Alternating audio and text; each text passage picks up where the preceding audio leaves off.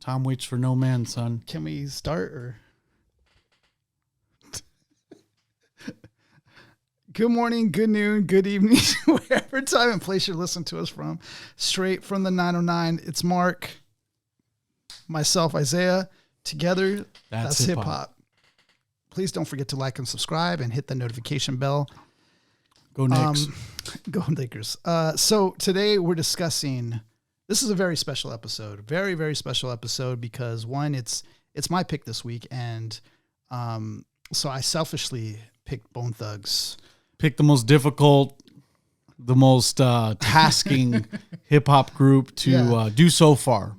Send somebody. We're going to need subtitles. We're going to need subtitles. Come on. Send everybody. Sorry for butchering the legends, but I don't even think anyone could do them. Can do their lyrical style accurately. You're right. I think we're as close as, you know how like they say that Brian Scalabrine is closer to LeBron James than we're to LeBron James. Mm-hmm. We're doing that version. Yeah, basically. And we're kind of like who would be worse than Brian Scalabrine? Chucky Atkins. Mm. Yeah, we're the Chucky Atkins to the LeBron James comparison. A little further out. So, great comparison. So today is, like I said, we're discussing the legends, true legends of hip hop.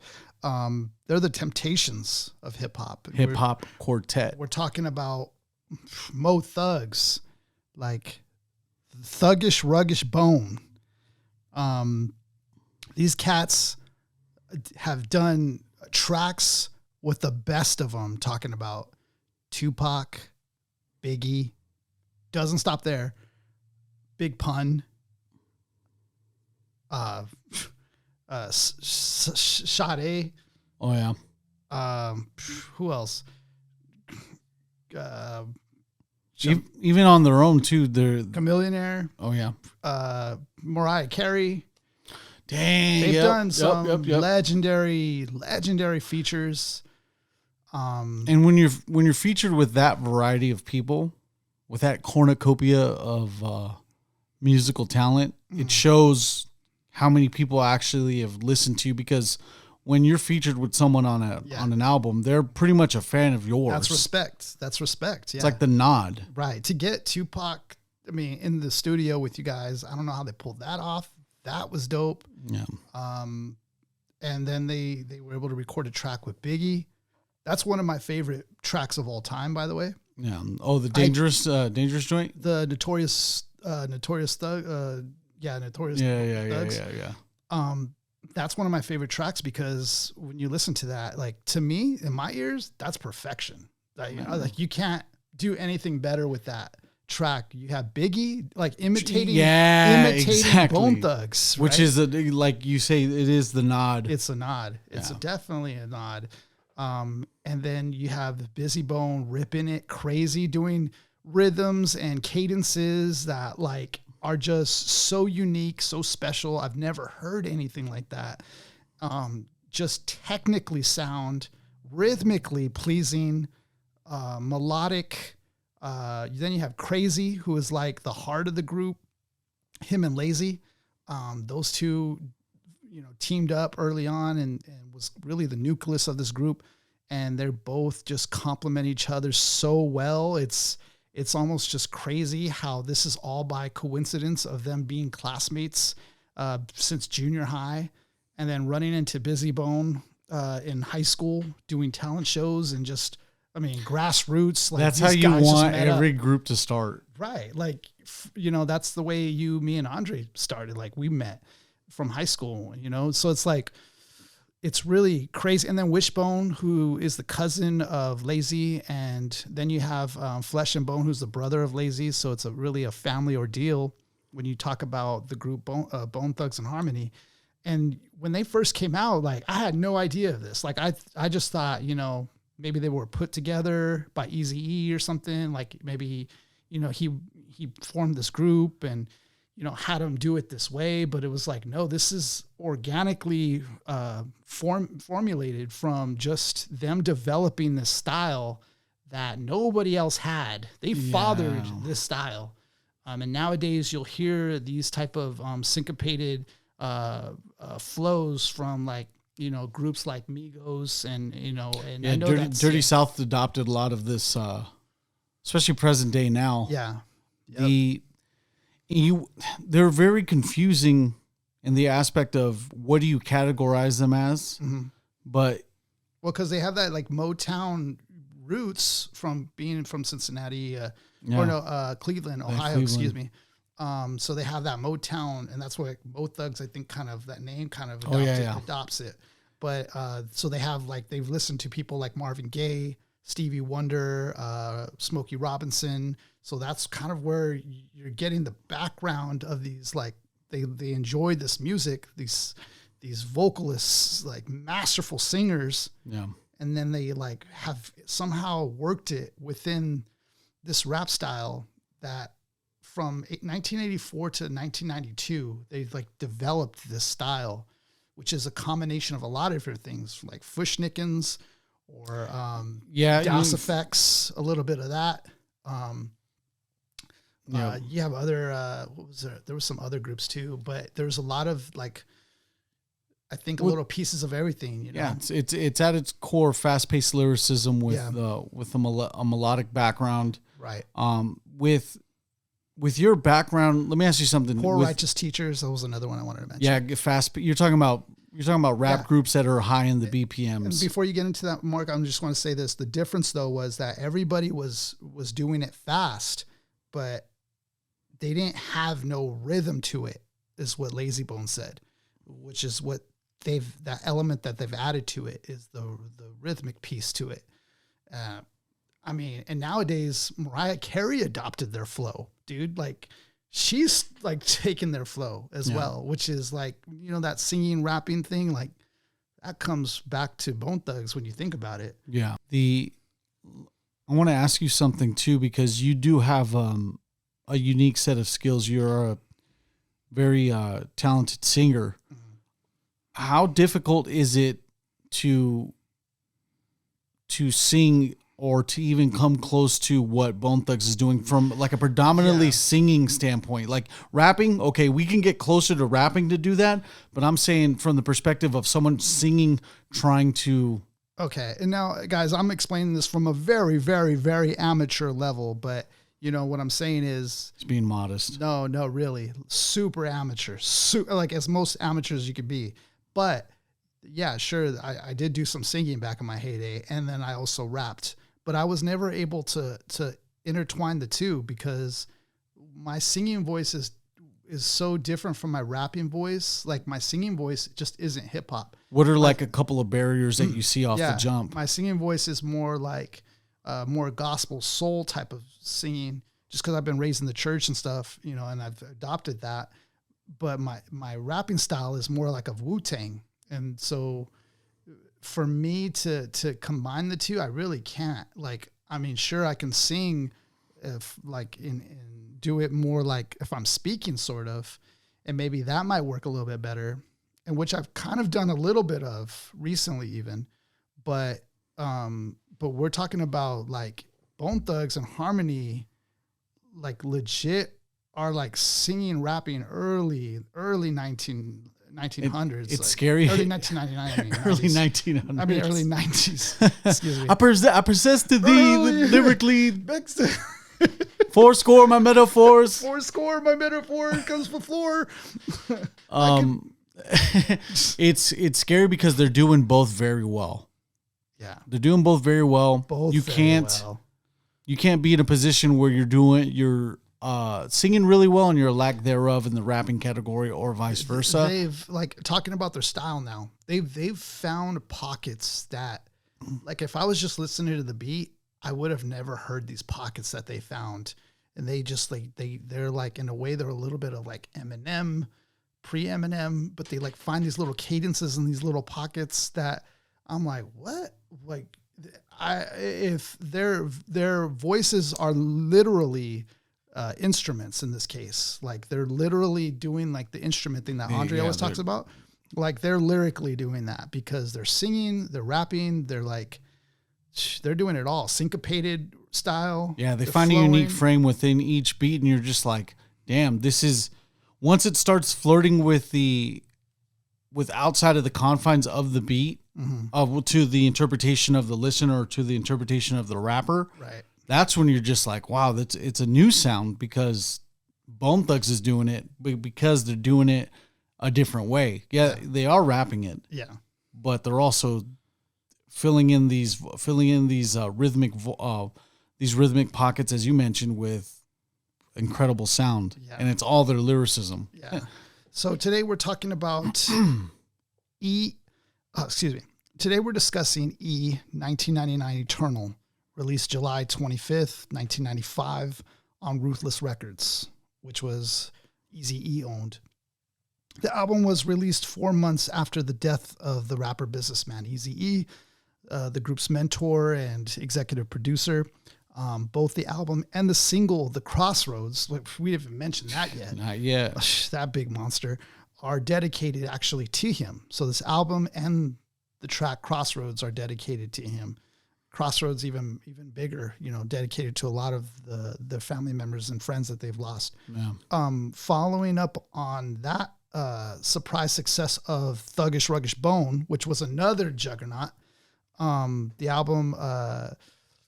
album's title was what do you call those things where it's like, there's where they combine two names of something and make it one, like motel. It was for like motor and hotel, and made a motel, whatever that is. They basically did that in their album title, and they're referencing Cleveland's East Side neighborhood, centering on East 99th Street and St. Clair Avenue, where the group was based out of, but also they're referencing the then future 1999 year. So that was a dope play on the title. This album sold 307,000 copies its first week. Nuts. Yeah. 1999 Eternal became the group's best-selling album with 4 million copies sold in the U.S. That's four times platinum. Whew. Whew. Wow. It topped the U.S. Billboard 200 for 2 consecutive weeks. The album was nominated for an inaugural Grammy Award for Best Album or Best Rap Album, ultimately losing to Naughty by Nature's Poverty's Paradise at the 1996 Grammy Awards. In 2015, the group toured in support of the 20th anniversary of the album, performing it in its entirety for the first time.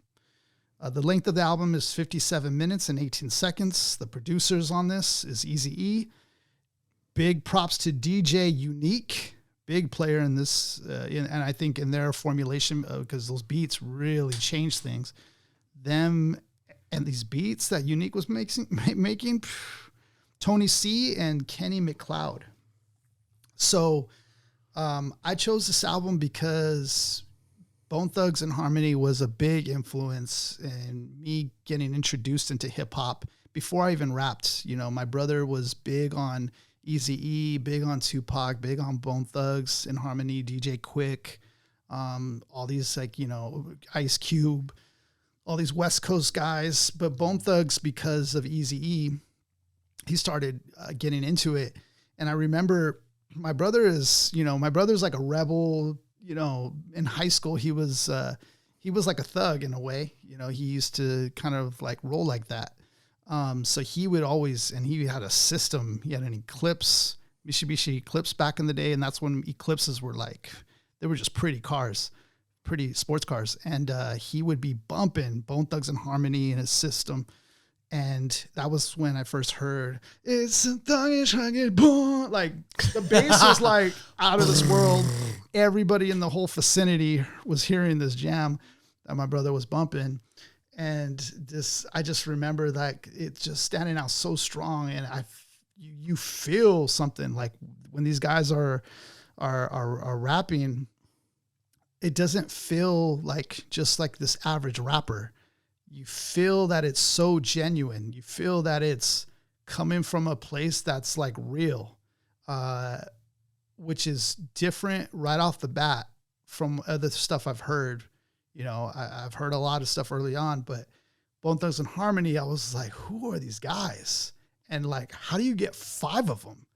like rapping in this way. Like that's just crazy. It's crazy to have one rap in this way, but to have 5 rapping this way is nuts. And they all complement each other. Like it's nuts. I've never seen anything like that. Like even the greatest groups of all time, like Wu-Tang and Tribe and everybody, like, I don't know. Bone Thugs is in its own category because they're doing all these multifaceted things, but it's not just one guy doing it. It's like 5 guys doing it. And that to me is nuts, because how do you get 5 guys who are able to do the same thing, but differently, slightly different, and they're all like dope. Like there's not one that's subpar. Like all of them are good. Whenever you listen to these tracks, there's memorable moments from each of them. And it's like, dang, how? And so that to me that's what made them stand out to me, because every time I think back about it, like, you know, that rhythm, that cadence, that flow, it's like, it's always in the back of my mind in a parking spot somewhere. Like hustle, some days, like that style is just, it's dope.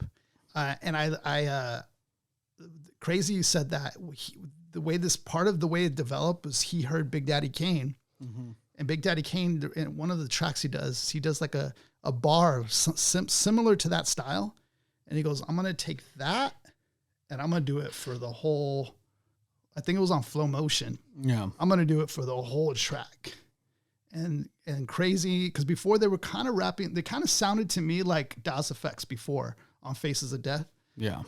But then they all started that flow and started developing that. And the rest is history after that. Because once you meet up with Eazy-E, he has the money, they have the talent, boom, it's off to the races. Yeah. So that's why I felt, you know, like choosing them today, because you know, who's talking about them? Like, you know, they're legends, man. They're legendary in their own right. They've made their mark in hip hop, and, you know, whether you like it or not, like they've cemented a place, and they are actually the ones who should be credited for a lot of styles that we hear now that are popular, due to these guys who like fathered this style, and truly mastered the art of rhyme, flow, cadence, like their timing's impeccable. Like these guys would do this in one take sometimes, and it's just like, what? So that's why I chose them today. I think that they're a special group that I don't know if we'll ever see something like that again. You know? And at the time, I think I took them for granted when they came out. You know, I was like, who's these guys? But I feel like I'm talking too much, man. So when was the first time you ran into Bone Thugs? 1995, it was kind of hard to get away from them. So you end up hearing Crossroads, and then you end up hearing First of the Month. You end up hearing a lot of the classics that they ended up playing. They weren't really my forte. My musical interests were kind of, I would honestly say non-existent at the time. It being 95, I'm really like still a kid at that point. So you weren't trying to like thuggish, ruggish bone it? Nah, bro. Like I kind of had a semblance of what I wanted to be. And I know maybe you needed some thuggish, ruggish bone. Yeah, maybe I needed to be a thug as a kid. I don't know. But I know in particular that their style, when I'm hearing it, no semblance of hearing it as a kid at that time, I wouldn't have interpreted it as rap music. Yeah. Because of how beyond rap it goes. Yeah, it's still within the... It transcends for sure. Yeah, exactly. Yeah, picture the, you know, the best, like a satellite launch gets out of the atmosphere and kind of hovers around the Earth. Yeah, it's still part of the Earth, but it's still in orbit around it. That's what Bone Thugs is with the rap game. They are so unique, so diverse, so talented that they've hit their mark, and they've ended up finding an avenue. They were young too. They were young. They end up finding an avenue within hip hop and park the vehicle, and now they're in orbit, and they have stuck to the style that they've pioneered, trailblazed, fathered, and they're making the most of it, because we do need more stuff like this because, you know, everyone's still trying to perfect rap and hip hop at the surface level. Yeah, true. Yeah, true. You know, there's even people with taking Bone Thugs' style and being super elementary with it. You know, dude, I listened to this album and I'm glad we ended up listening to it now because again, there's a big disconnect with me and like West Coast hip hop. There's a very big disconnect there. You are wearing the Knicks hat, so you can, so people, yeah. But the disconnect is that because there's, you know, a majority of the West Coast hip hop mainstream at the time in the early 90s is gangster affiliated, and that's not my style. Yeah. You know, I didn't have an older brother that appealed to that in my aspect, and you know, my older brother liked listening to classic rock. You know, so it wasn't something I was keen on listening to. So listening to it now, I love the fact that we've become so educated and understanding that, wow, there's times where you're just stuck. You get stuck within their melody, and you're just like, oh yeah, but they're rapping though. Yeah, you have to keep like centering yourself with them because they're so good at their unique style that you have to remember like they're doing the best version of their style of hip hop. And then also too, it's not just that they're rapping anything, just gibberish. They're actually saying something. That's what's crazy too. I love what Busy Bone said. He was saying like when they kind of started is, you know, Das Effects, all respects to them, but I'm just going to say what Busy Bone was saying. He was saying a lot of people were saying the iggity biggity biggity. He goes, but rappers they were getting too lazy to actually connect the dots. Like, okay, let's actually fit words in here and say something though. Instead of doing the iggity biggity. No, let's play like little me, like something, let's actually say something in it. Which is what they took that and elevated it and actually made it say something, which is crazy. And when I look back at their lyrics, even like I'm looking at Genius at Busy Bone's lyrics, and I'm missing the flow. I'm missing like, how do you make this rhyme? Because the way he delivers it makes it rhyme and sound good. It's not that you could just read it and it just sounds the way he practices it, perfects it, and by the time he's in the studio, it's one take. Yeah. That's how he did the track with Biggie. Okay. Biggie was just like, what? Because all of them laced it first try and he's just like, damn, I might need to take this home. And then he did it. He's like, huh? Like what? Just mind blown at that. And I also like the fact that they made Eazy-E write his own verse on For the Love of Money. Yeah. Eazy-E wanted them to write it, and they were like, no, you write it. You write it. And so they forced him to write his own verse for that, which is dope because now you know it came from Eazy-E on that track. There's just a lot of different things that I like about these guys. I like the fact that they're very true to where they're from, being from Cleveland, Ohio, which is another big thing because, you know, Cleveland, Ohio wasn't situated like that for hip hop, you know, where it was a major player. So a lot of these cats, and we talked about this with High Tech. High Tech, yeah. They have to go outside of Ohio to really make it or do something. So it's also dope because you brought up LeBron, you know, being from Cleveland, Ohio. That's kind of dope too. Is like these cats are from that place, which is dope.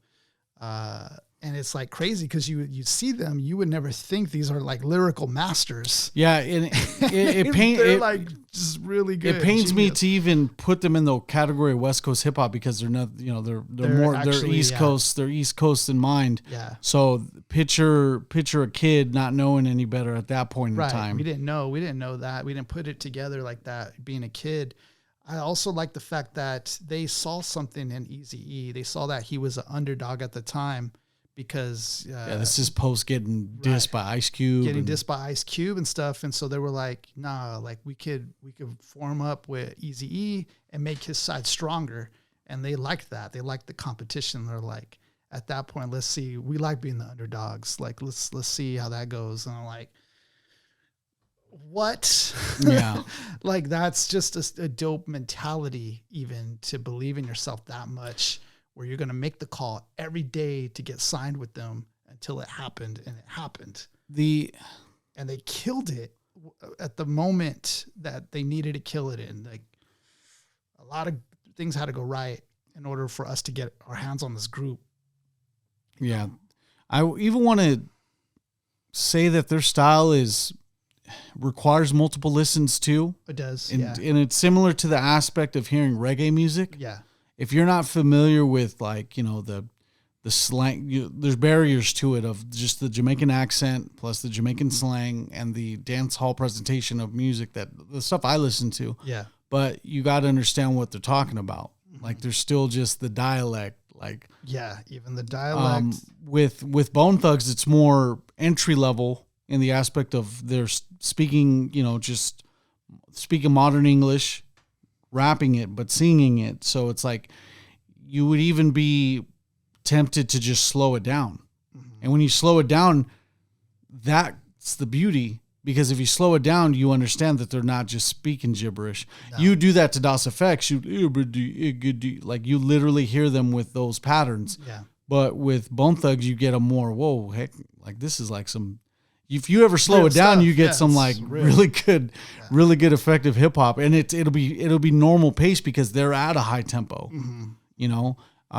With listening to them at the current speed that you have, it takes time. It requires multiple listens on that end too. So that's what to fully grasp and understand and get the effectiveness of Bone Thugs and Harmony. It requires that. I think that's something that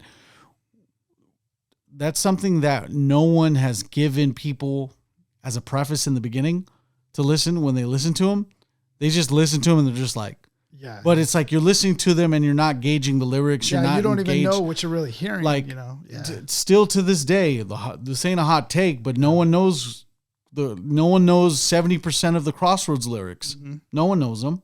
You know the Uncle Charles part. You know the dog died part. Yo. You know you know a little bit of the beginning, and that's it.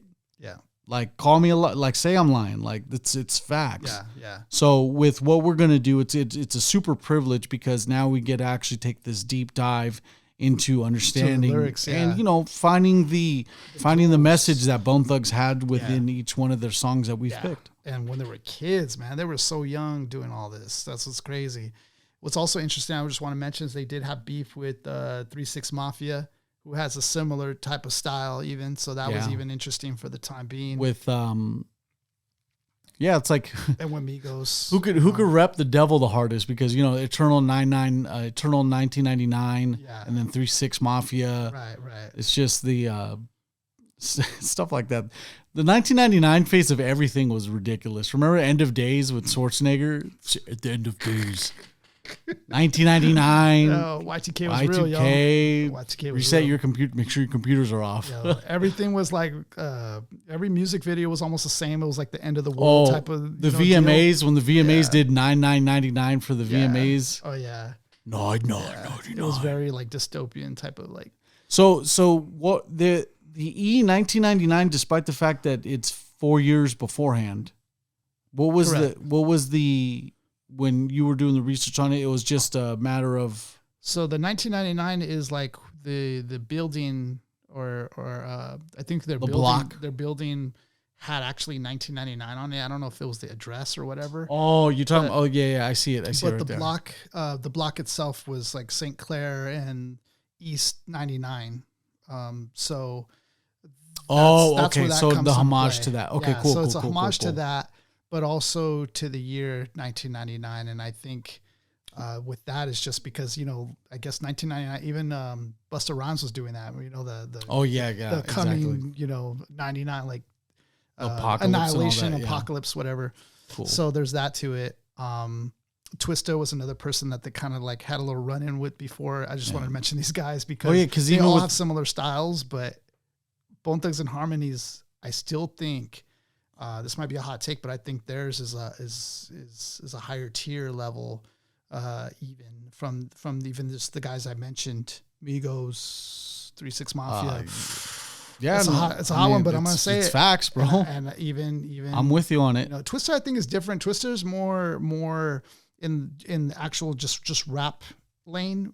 Where I don't know if he's singing so much. It's more along the lines of if he just went similar in the lane of Bone Thugs, but he goes more to the rap side and at a faster velocity. Sure, but he still makes sense though. Peace to him because he's still making sense on his lyrics. Yeah, he does.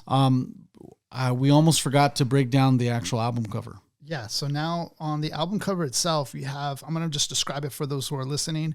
We have the 4 members. There's actually 5 members in the group, but in here there's 4, which is Busy, Crazy, Lazy, and Wish, I believe. Flesh and Bone is another member, but I know he comes around later. He came on board, I know for sure, after they met Easy.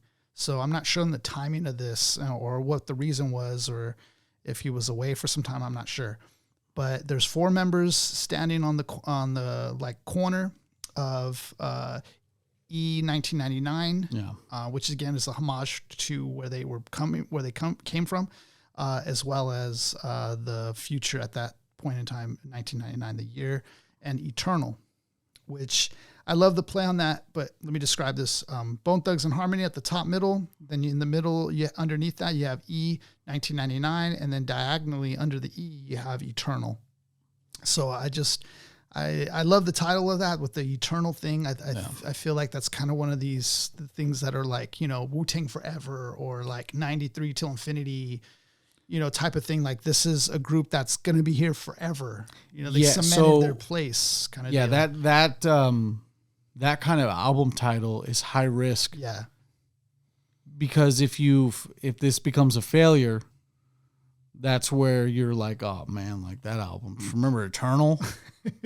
Or with even let's go to our number one scapegoat here. Let's go to Biss.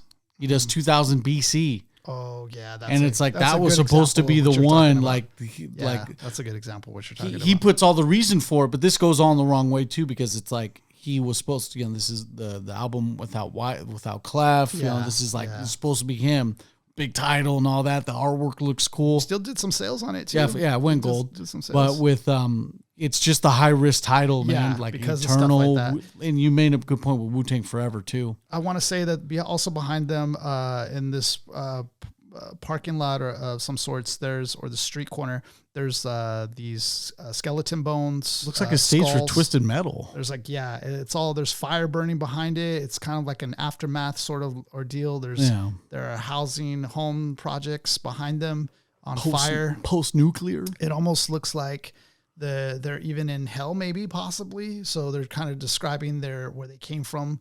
Might have been like a hell, in a way. Yeah. But Bone Thugs and Harmony, for all their early albums, they played on that theme of it being like so underground that you're like in hell almost. Like every intro starts off like almost with the devil introducing them. And they also do some like continuing tracks or a skit with the Ouija board thing. So they do a continuing thing. Crazy talks about that. He said that just one time Busy and Lazy came over with the Ouija board, and they were like, "You want to try it out?" Everybody in the '90s was trying to do that, bro. I guess Crazy was just like, "I guess, yeah. Let's just see what it's about." And so, he talks about that on String Champs. Everyone's always trying to. Dog, every time you spent the night at somebody else's house, they're like, and they had it. It was like, what do we do? You had to go through like certain avenues to get that. Yeah. Like that's what back in the day, like when there was like wholehearted people working at department stores and be like, is your mother here for this? Can I check your ID? Yeah, or like just the Ouija board. Where's your mother? Like you ain't gonna like get caught slipping out there with the Ouija board. I do, although I'm not all about promoting that side of things, but at the same time I get the aesthetic because they are bone, like they're a bone what they used to call it, bone industry or something back in the day. Yeah, but they are that, and that's with death, the skulls, death, and that kind of plays into the aesthetic. Oh, they all like the occult, right? Sort of like the crypt, like just the graveyard. Yeah, the graveyard bones, So it kind of plays into all that too, which is also another reason why 3 6 Mafia kind of had problems with them, because they had like the same. We like the devil more. They like the same aesthetic. But overall, this cover album, I think it's great. You know, it shows these guys young, hungry.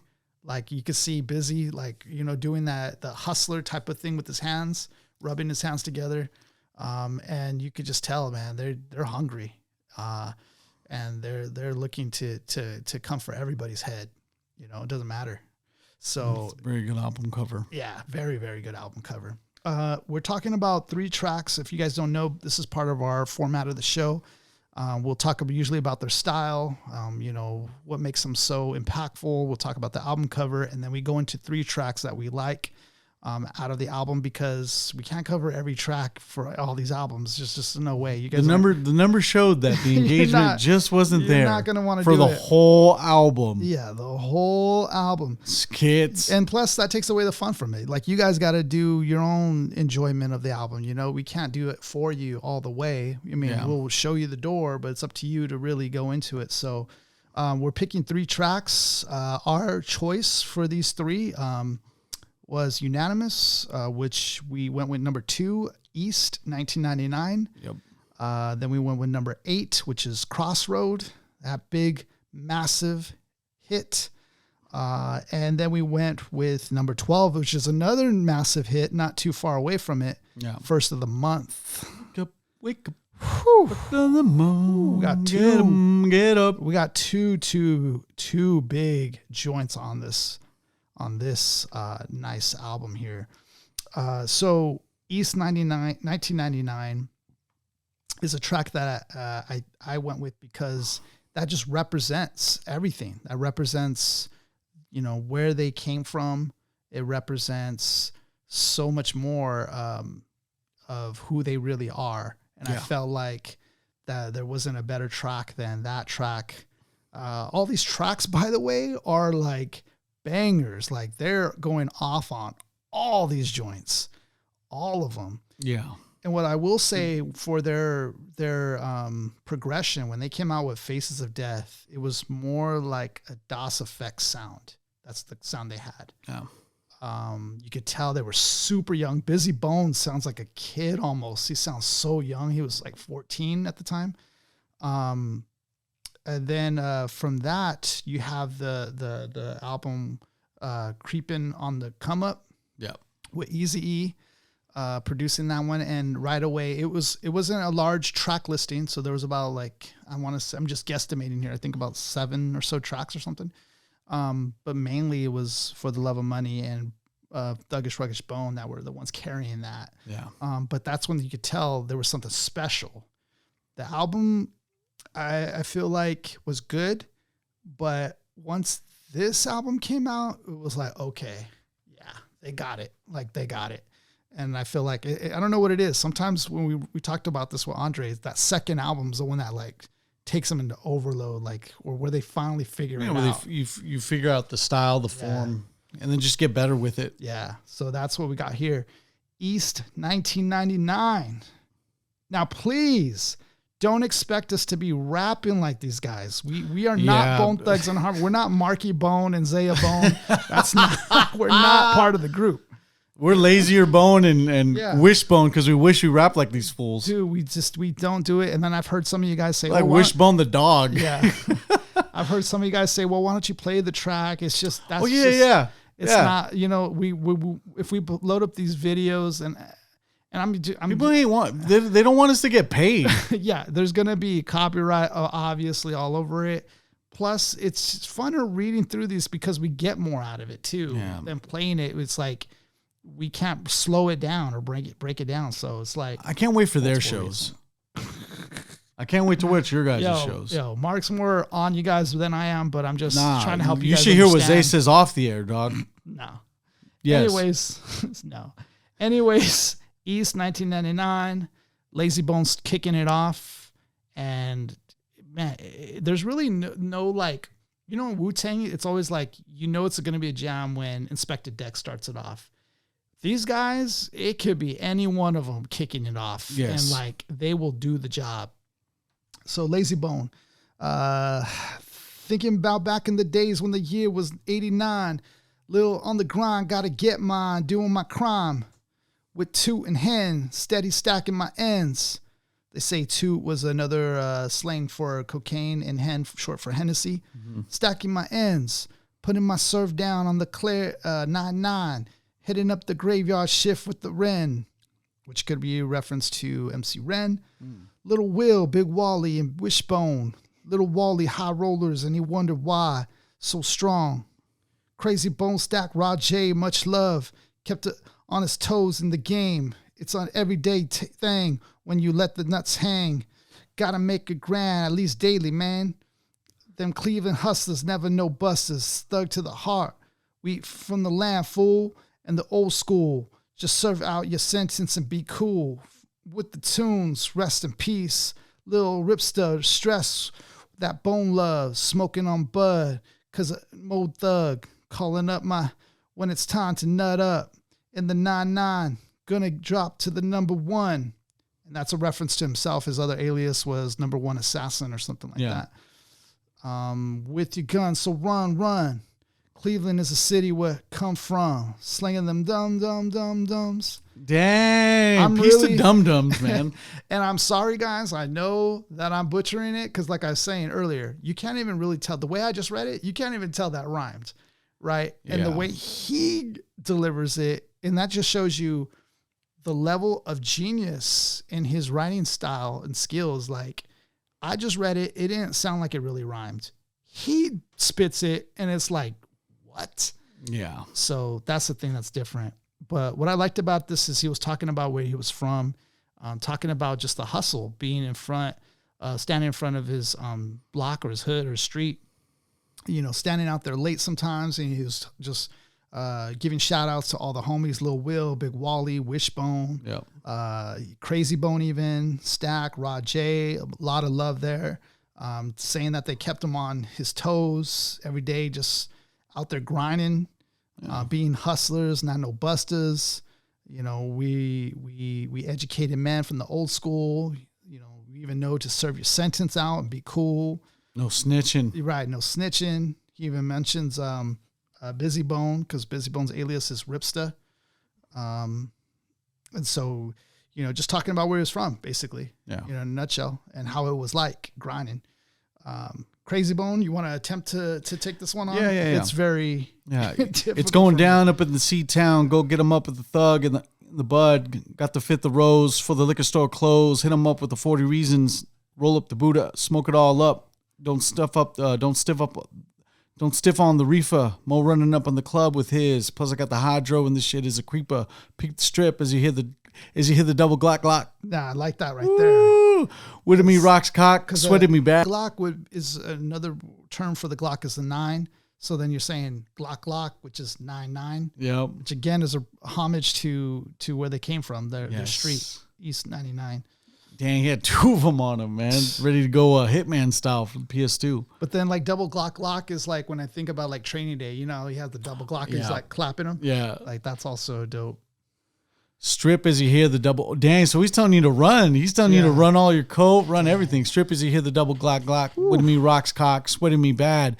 Coppers better drop when the gunshots pop. Glock top hits the body and the bullshit stop whenever in the trouble in us. With a po-po roll solo, split up and swerve. Crazy take caution, take out my yayo and toss it. Make sure he doesn't get caught up real quick. Make sure you take the yayo and toss it. Set him up on the road into the curb, running, ducking, jumping up in the land. This is crazy. We slang and we buck and we bang on the Glock. That's daily. Who's with the 12 gauge pump, Mr. Sawed Off Leatherface? So you better pray. Eternally Thugsta. Yeah, that's his other alias name, Sawed Off Leatherface. Damn. That's what another name he goes by. Sawed off shit. Dang, they're just rolling with. They're down with the felonies, bro. Yeah, so they're talking about really being out there. They're on the streets for real. Yeah, and it's just it's dope that they didn't forget where they came from. They didn't forget that street. No wonder my mama didn't let me listen to him. Mr. Sawed Off Leatherface. So you better pray. Eternally Thugsta. East 1999. We rep to the death. What? Busy Bone's one of the special ones out of the group too. Like I feel like I always gravitated to him because he had like a higher pitch and my rapping voice was more higher pitch myself. So I always related to these MCs who had that more higher register or nasally sound. Eminem, that's why I liked Eminem.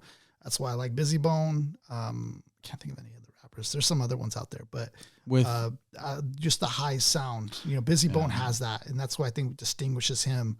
But they're all great, to be honest. Yeah, and with the verse that we just mentioned too, it's a very grim description of what, I bet there's a little bit of accuracy within the verse when it comes to describing what they had to do to at least they're talking about pulling $1,000 a day. Yeah. Back in 1995, pulling the equivalent of what, like $1,500, $1,700 now. Yeah. You bring up a good point there, because then that means like you legit have to do a lot to even get to that number. So yeah, that does say a lot actually, and especially it being back then too. So because that's they're trying to pull $250,000. Right. Interesting. Interesting. All right. So Busy Bones verse. I'll try to attempt it, and I know I'm going to butcher it, but here we go. You guys can do this. I'm sorry. Like, don't even come at me if you can't even do this. Got to give peace to the SCTs and the one big thug on the Glock. Pump blast to each cash, then I mashed and gashed, got a dash away from the cops. Now little Mo Hart steadily sipping on rose, ripping up flesh in 6-4s. That's the thugster. Yes, I pump slugs, and I'd be dropping them off the dumpsters. Pump slugs, dumping them off in dumpsters. But the po-po and all them bodies we burn. And I guess that hood'll never learn. Gotta dip mo thin ones in shrimp. When I'm in the missing for my city, pick them, be peeling out with me. Me roll up the window with the wind blow. Fuck up my endo, hides hitting me. Even if the barrels of me 12 gauge are empty, me scandalous up out of the woods bucking. No, fucking with my family. Now feel it. Understand me. Much love, much bud for them St. Clair thugs. East 99 is where you'll find me slanging motherfucking drugs. Straight slaying. That was straight up. That was more of like an advertisement for like, hey, I'm on deck. Yeah. I was like, that reminds me of the time I get a haircut at the barbershop. He's like, hey man, that'd be $20. Gives him 20. He's like, okay, cool. Hey, just remember, I'm on deck. I'm like, bro, just give me a fade, a taper. Yeah, he did it. Oh dang. I was like, this is kind of like as obvious as that, but it's the good line. But like, look how the line away from that. So imagine how boring this could sound, if they're not doing all these lyrical moves with it lyrically. Like, I was just let me just try to take it for example.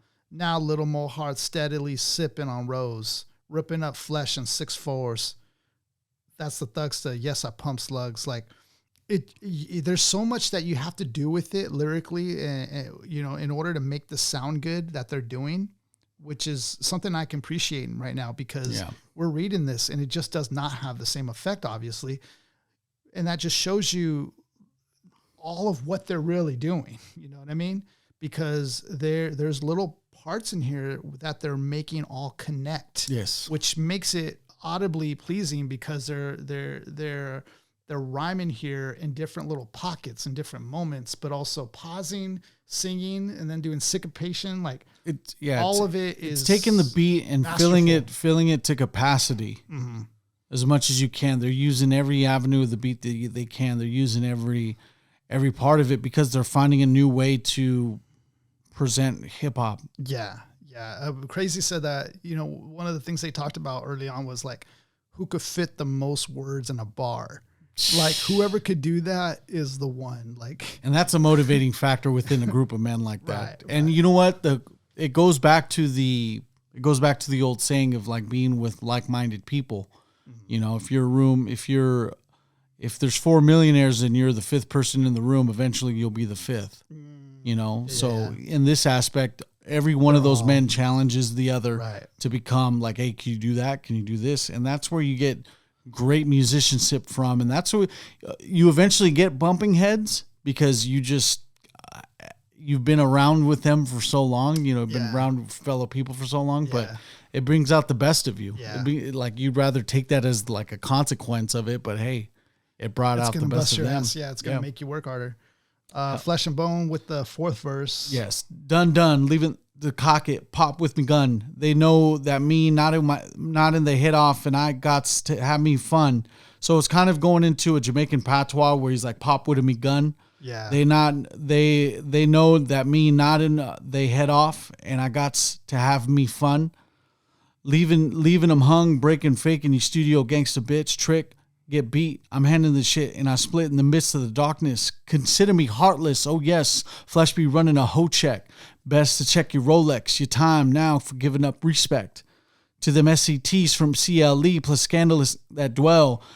Hell off the Forsyth and bail, leaving a trail, the bloody victims, the fifth dog mauling them all, and never even catch me slipping.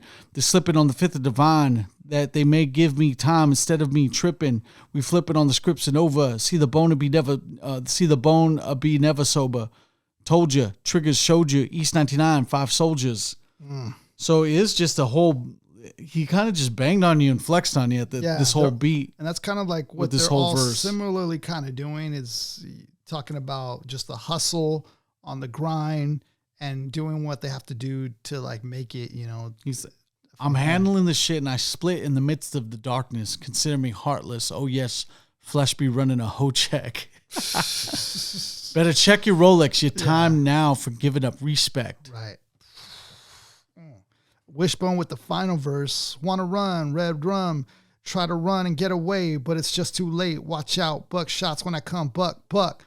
Better guard your face, dumping them slugs on you fools. Rolling with trues, drinking brews. Rolling with trues, drinking brews. Don't start on we come equipped, so stay cool. 187, you think that you're going to heaven. Put slugs all up in the chest, and now hell is where you'll be dwelling. Popping a clip and them bodies be dumping. Watching you fall in the pave with me 9 milli pumping. Putting them bodies all off in them graves. Ooh, sending you to hell, man. It's 1999. It's 1999. The city, yeah, we become better run. Cleveland is the city where we come from, so run. 99. Yeah, this is a hook that they've used, I believe. Wait, did they use this before? No, I think after this they reused this hook. So this is a good point that someone on Genius actually made. I'm just looking at it and I'm like, wow, this is a really good description. They call it the best combination of G-Funk and horrorcore. G-Funk and horrorcore. Yeah. Okay. So horrorcore, like, Necro is going to be the one you mentioned. There is some horrorcore. But absolutely, like it kind of, they're so talented that you don't even think about it being horrorcore. No. Right. But it is labeled as such. I mean, there's a lot of descriptions hell of that. Elements. Yeah. There's hell elements. Damn, that's incredible. That's a good point that they brought up in that one. Yeah. So dope track all in all. Like this shows all 5 members masterfully delivering their verses, and it sounds good with the hook. It sounds like a full, complete track. Talks about where they're coming from, basically their identity, where they're from, Cleveland representing. Yep. So I just felt like, and then this is at a peak time in their careers where they're really selling off now. And so I find it like really cool that, at the top, they remember where it started and how hard they had how hard their life was before they made it here. So that's why I found this track to be one of the jewels on it, because it's just, it says so much about these guys, and look where they're at now. You know what I mean? So they're out of that mess now. So they don't have to do all that anymore. Then after this, Eternal, great track. Crept and We Came, another dope track, also a play off of their previous album, Creeping on the Come Up.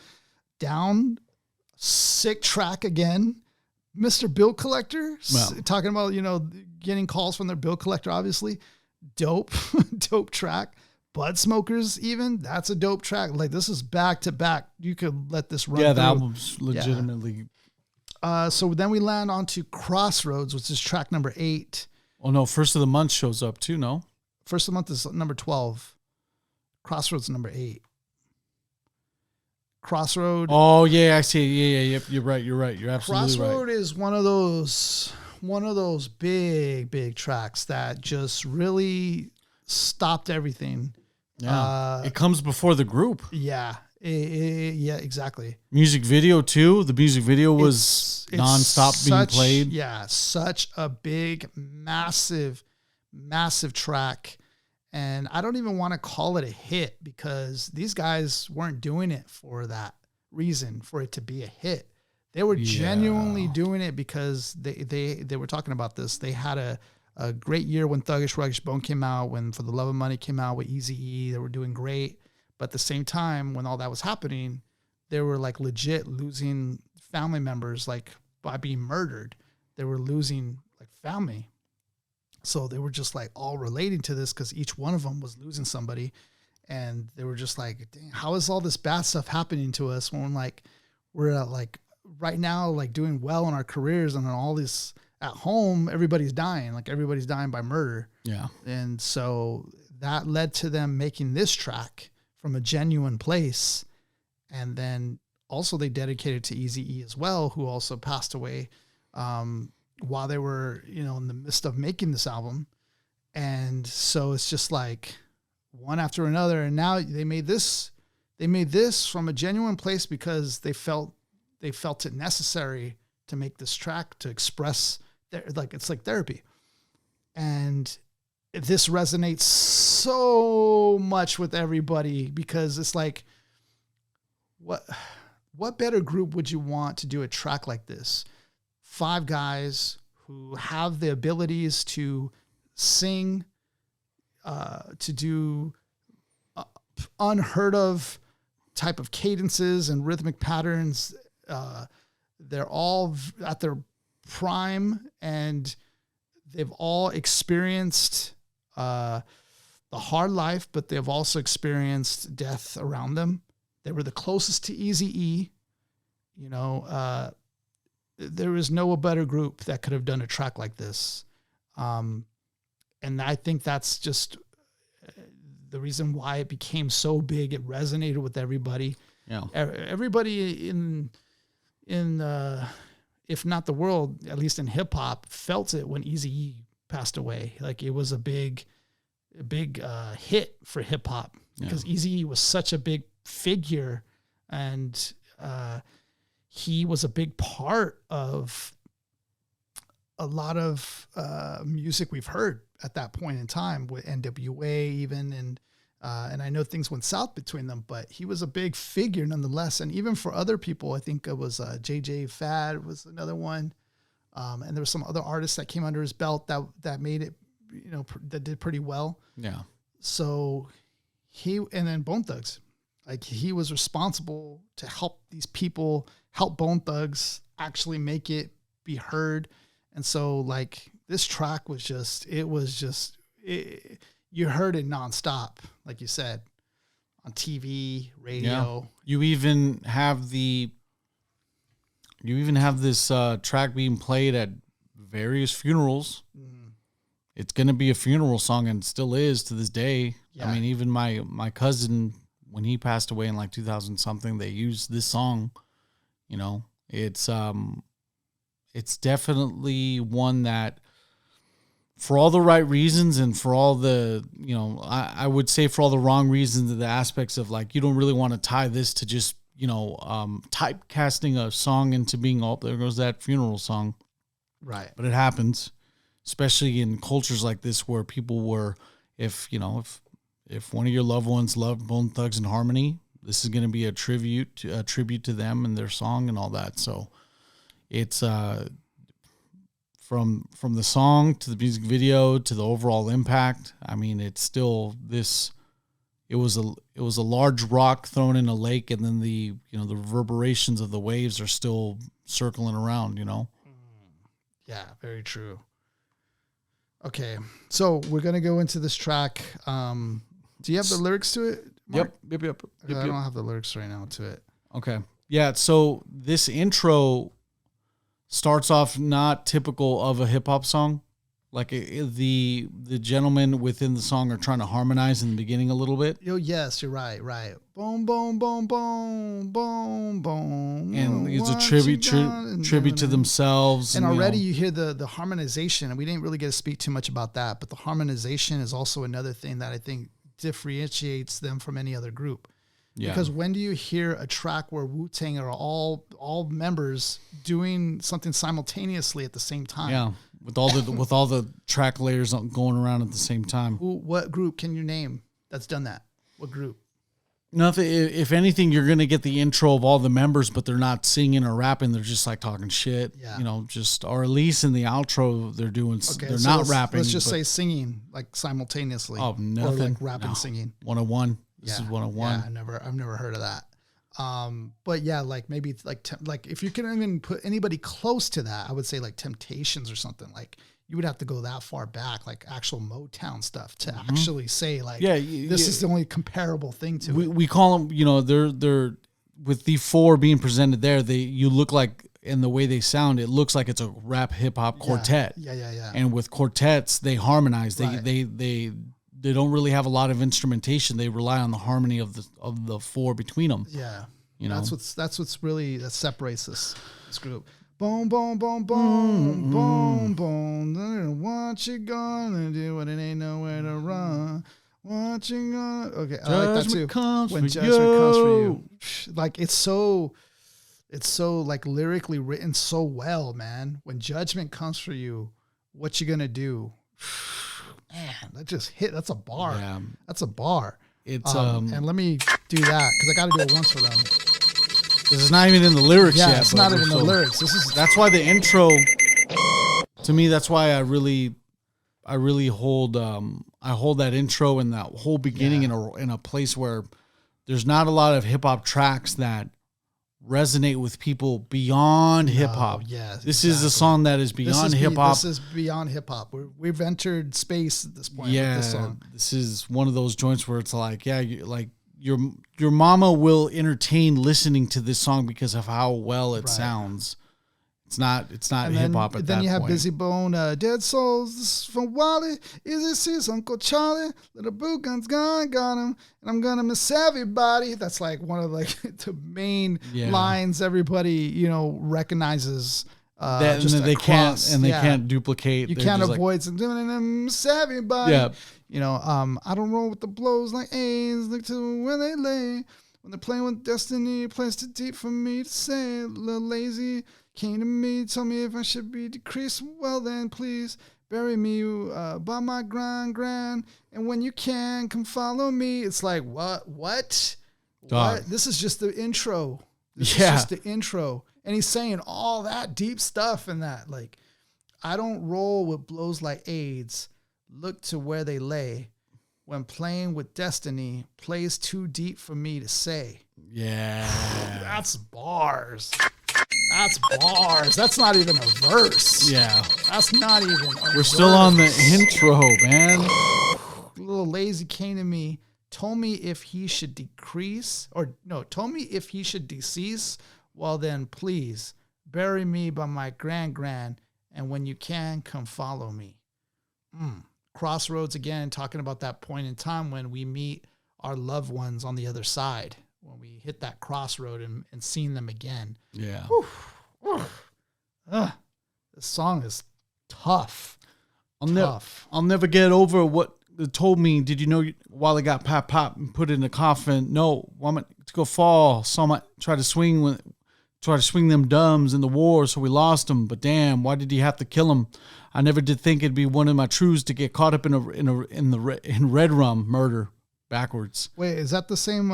Is that the same track though? That track? Because I think it's different, right? Yeah, because I think Genius has something else there. Well, because you have perfect, got it right here. Yep. Sorry, let me go back. Okay, here we go. Dead Souls. We did that already. Yes, this is God for bless Wally. you working on the. God bless you working on a planet heaven. Follow the Lord all 24/7 days. God is who we praise, even though the devil's all up in my face. But he keeping me safe in my place. Say grace for the case to race with the chance to face the judge. And I'm guessing my soul won't budge, grudge, because there's no mercy for thugs. Oh, what can I do? It's all about our family and how we roll. Can I get a witness? Let it unfold. We live in our lives to eternal. Our soul, yo. Pray and we pray and we pray. That's the genius of Crazy. Every day. I want to say this just to talk about each individual group and how they're different. Crazy is the guy that's like the deeper tone, obviously, in the group. If you're thinking about a quartet, like a baritone, he's going to be the baritone bass part. Crazy. But if you were thinking of like the Beatles, he's like the I don't know, either Lennon or Paul McCartney. He's like one of those main bone thugs that is heavy with the pen, man. Yeah. This guy, and he's the one that's responsible, him and Lazy, for keeping the group alive during the 2000s. Like, right? Oh, yeah. When they had a breakup. Yeah. But Crazy, if you noticed, and Wishbone and Lazy, they kept the group going. They kept putting out albums, even if it was just them three. They kept it going, and I think that was such an awesome thing because, you know, how many times do we see groups fall apart and they just stop? But he kept being consistent and kept working with artists like Mariah Carey, Sade, Chameleonaire, like, you know, doing all these tracks. Yeah. And a Big Pun and all them. So I just want to give respects to Crazy on that. But Lazy is also another big part of it. Him and Crazy are both, like I said, that's why their names rhyme together, because they were the fundamentals of this. Lazy is like a yin and yang kind of thing, like a Ghostface Rekwan kind of thing. Like they're both like there. And then Wishbone, I think Wishbone is a little bit more, his pace is a little slower, but he says some very memorable things. And then, which other one? Busy. I feel like Busy is, I don't know, kind of like the Michael Jackson of the Jackson 5 sort of. Yeah. Like he's kind of this bright star that shines through, and Flesh and Bone. Yeah. Makes it it's the parent most talented one out of the group. Yeah, and he was so young. So, okay. And then Flesh and Bone, obviously, this guy is talented too. He has his own style. He's the quiet one. He was a little bit reckless, kind of like the Ghostface Killer of the group. So, but he was quiet, but he was reckless too. But he still brought it. Like when he was there, he brought it. So, all right, so then we move on to Crazy Bones verse 3. Crazy Bones. Now follow me, roll, stroll, whether it's hell or it's heaven. Come on, take a visit to the people that's long gone. They rest, Swally, Easy, Terry, Boo, and they're still keeping up with the family. Exactly how many days we got lasting? While you laughing, we're passing away. God rest our souls. Oh man. Woo. While you laughing, we're passing away. God rest our souls, because I know I might meet you up at the crossroads. Y'all know, y'all gone forever. Got love for them bone thugs, baby. And, oh, man. So it even goes back to back, but it's like each one of them gets their own little praise, gets their own little verse. Then verse 4 comes Wishbone again. Now Easy's long gone. Really wish she could come home. But when it's time to die, gotta go bye-bye. All a thug could do is cry while they kill my dog. And man, I miss my Uncle Charles, y'all. And he shouldn't be gone in front of his home. What they did to Boo was wrong. Oh, so wrong. Oh, so wrong. Gotta hold on. Gotta stay strong. When the day comes, better believe Bone got a shoulder you can lean on. See, Wishbone, he comes with it too, man. He equally comes with it, man. Yeah. And that line's so iconic. And I miss my Uncle Charles, y'all. Like, you feel that. Like, there's just sometimes, like, you just feel it, man. Yeah. That was one of those moments there. Hey, and we pray, and we pray, and we pray. Every day, every day, every day. Man, Crazy Bone's good at this. See you at the crossroads so you won't be lonely. See you at the crossroads. See you at the crossroads. And I'm going to miss everybody. And I miss everybody. Living in a hateful world. Sending me straight to... That's how we roll. And each member, like, came up with these, dude. Like, It's legendary stuff, man. Living in April worlds and you're straight to heaven. And then verse 5 with Crazy Bone at the end. What's up with murder, y'all? See, my little cousin was hung. Something really wrong. Ain't nobody want to test this dog. And Miss Sleazy set up easy to fall. Ooh, hold up. He's letting some... While Miss Sleazy... Oh, yeah. So Miss Sleazy's going to be the whoever contracted the untimely virus to our dear Eazy-E. And Miss Sleazy set up easy to fall. You know, while we was sinning, he intended on ending it. When it ends, he's coming again and again and again. Now tell me what you gonna do. Tell me why. Somebody tell me why. We die. I don't want to die. So can somebody tell me? Anybody tell me why we die? I wish I could sing, man, because this is like, it would be the ultimate treat to like at least do our due diligence to them. We could rap it, but it's on other levels, like you said. This is beyond and the confines of rap, hip hop. This has reached otherly worlds with this track. It's so grand that you can't. There's a reason why. We say it from the most humble place too. Did this win a Grammy? So I would imagine it won at least a nomination. Yeah. At least a nomination, or at least took best hip hop single. Yeah, it did win a Grammy. Yeah. Yeah, they won a Grammy in 1997. Yeah. Yeah, of course. I mean, this is legendary stuff. Legendary stuff. Okay. And this is the other song that is just and then we're moving on to another one which is First of the Month. God. Very iconic song. Crazy said that the way this came about was Busy and him were in front of his mom's house or his grandma's house, and Busy was like, "Hey, I got an idea for a song, man." And I was like, "Yeah, what's up? What's that?" He goes, "It's the first of the month. So catch your checks and come up. Yeah, it's the first of the month." And then he goes, "Oh, that's just tight." And he goes, I added the wake up, because I was listening to Marvin Gaye. Oh, yeah. With sexual. He was sexual. Wake up, he was like, let me add that in there. And he's like, wake up. Like loving, I'm bone thugging. And it's just like, you can't, there's so like lyrical geniuses out there. You can't. Wake up. I love stories like that. Get up. This was another big hit that came out, and I remember this being all over MTV. Yep, being all over the radio. You couldn't avoid this. The same things we're gonna say about when you can associate a song with something that's always gonna be there. Right. This is going to be the one thing. Right. To this day, motherfuckers got to get paid. You can't even get on social media on the first day of the month without hearing the song sometimes, because people add it because of... Now we know when they get paid too. Yeah, exactly. And that's the thing too, is like everybody and their mother, gets their check first of the month. They know that feeling. So it's genius to write a song about this.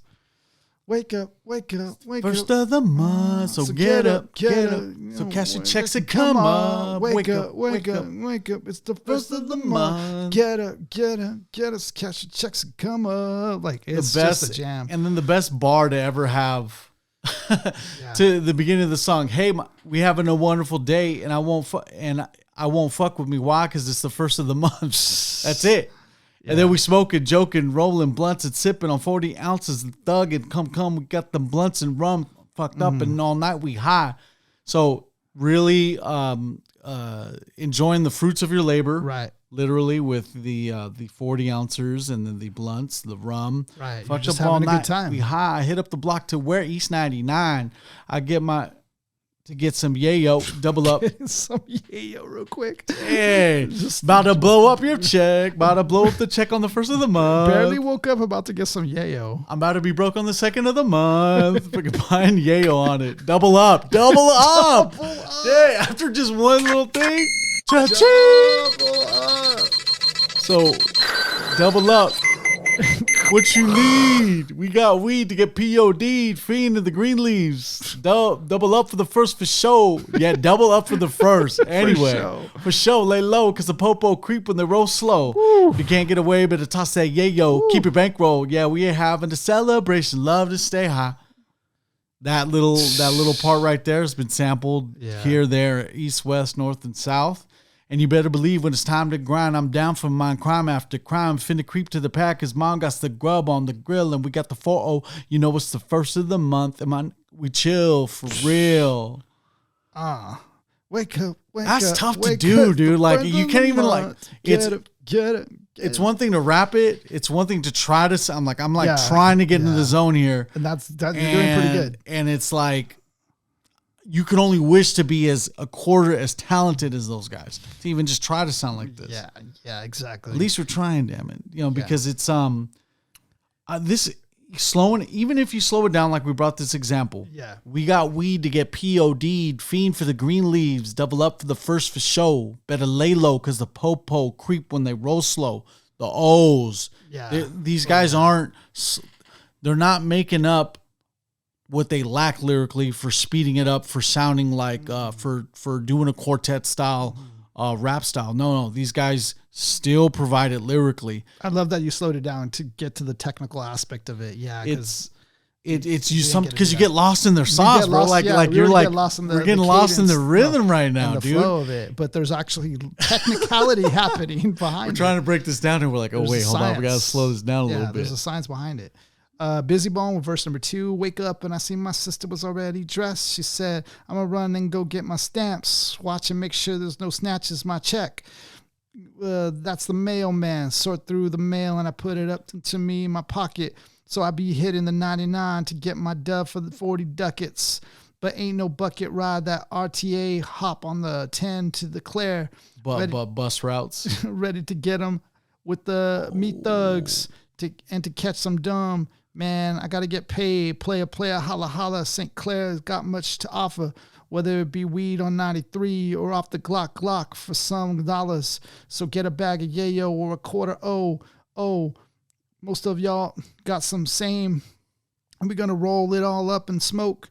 Hitting up that reefer hydro. You know the cut. So them popo. Toss all that yayo. Then roll with the pound and stay low.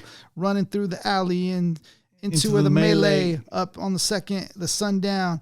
Those run from January, November, December. I'm loving the first of the month. Yo, it's getting real personal. This is like the third time they talked about dumping the yayo. Yeah. It's like it's like there's three different bones that have complained about dumping the stash. That sucks. Having to dump it. Yeah. That's some personal lyrics here. Then we got wake up at the. This is like really just, man, carrying this whole thing. Wishbone comes verses. So let's at least try to slow. Let me at least give them 3 bars here with what they got. So gotta grind, gotta get mine in the hood that I claim, and I slang on that double nines. Gotta find them dubs. Gotta get a 40. Can a thug get love? What's up? Try to slang on my corner. You a goner. St. Clair's don't like that. And selling them dummies, making that money. Come back. Get pap. From the 1st to the 15th. Smoke plenty weed, but I got to save. I got to come up. Put my rocks in the cut. When I get high, blaze that blunt, huh? Time to roll to the pad. Count up my profits and add it to the stash. Got to watch my back. See if that's trying to rob me, fool. But never no shorts on the losses. Dumping, keeping these off me. See, got to search the whole block. Spend a couple of bills. Thugs smoke a lot of weed on the first. Wake up. Oh, man. Get up, get your checks and come up. And even when you slow it down, they don't slouch. That's the best part. Verse 4 is Lazy Bone and Crazy Bone. That's as dope.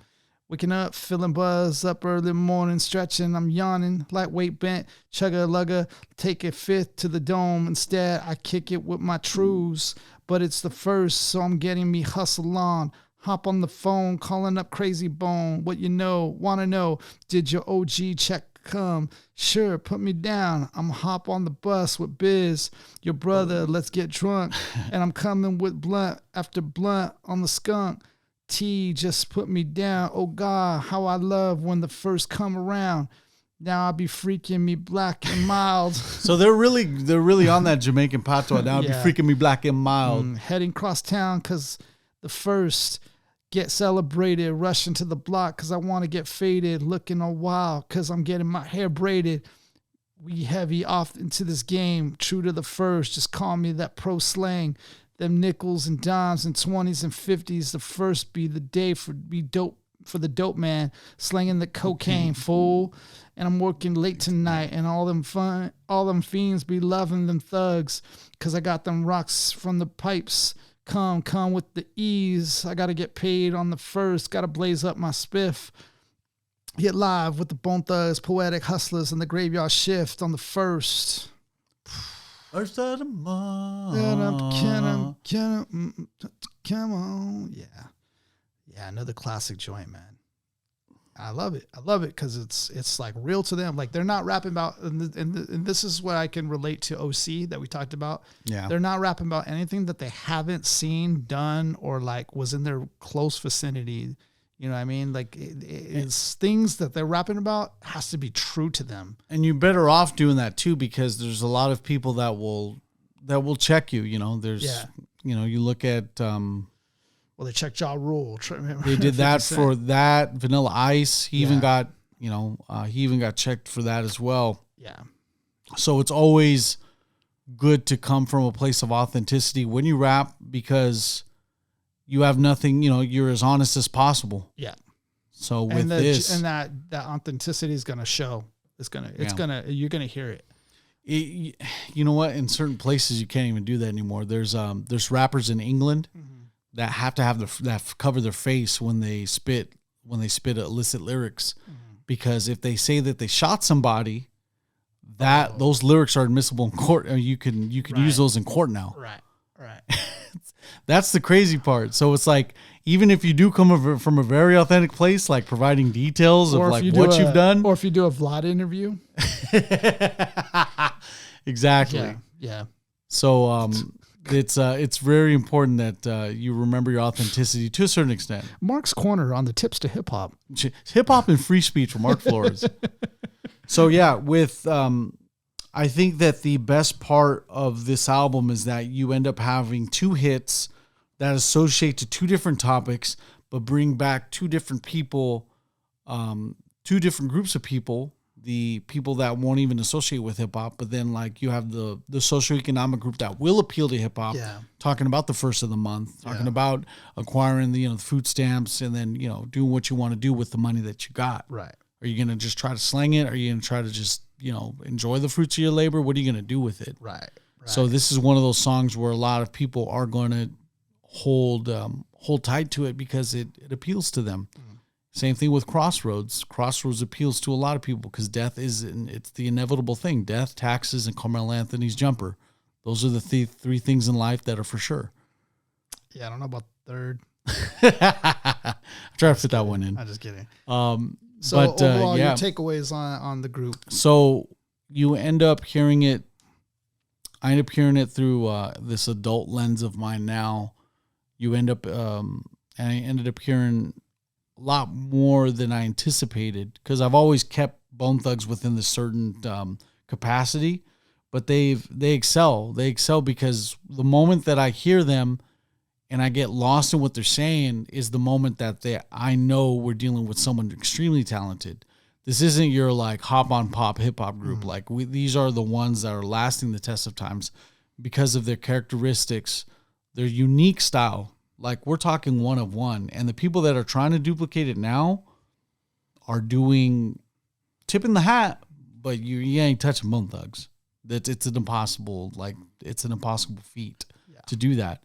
Let alone find one person to rap like this, let alone five that all know each other, that all have the chemistry, that all like have from red light, green light. He said, you know what I Bone mean? Thugs can't be broken no matter what we go through. He goes, we'll never be broken to our grave. It's like the femur, man. Yeah, he said to our grave.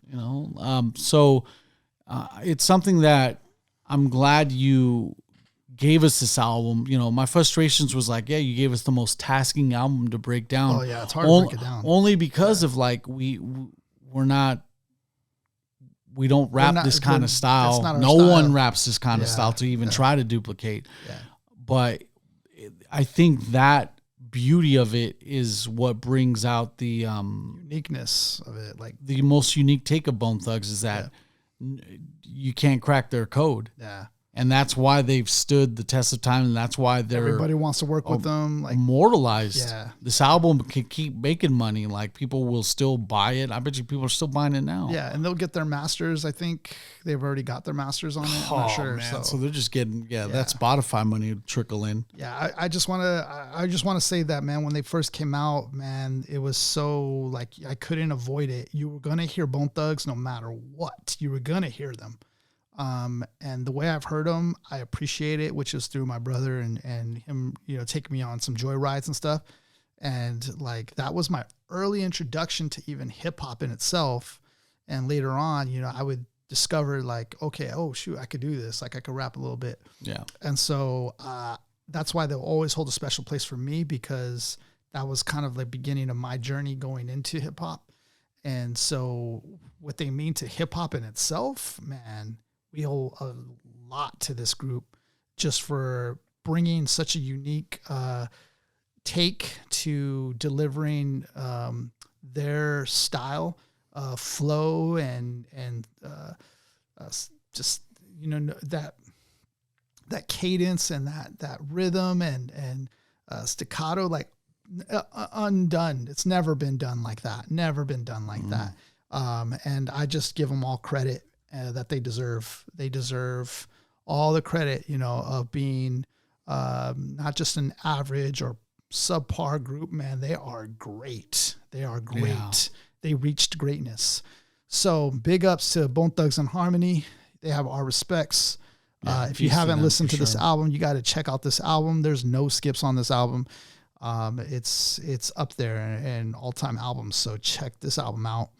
Before we leave, of course, we got the show going on still. We're on a road to 500 subscribers on YouTube. So if you haven't followed us on YouTube already, please follow us on YouTube.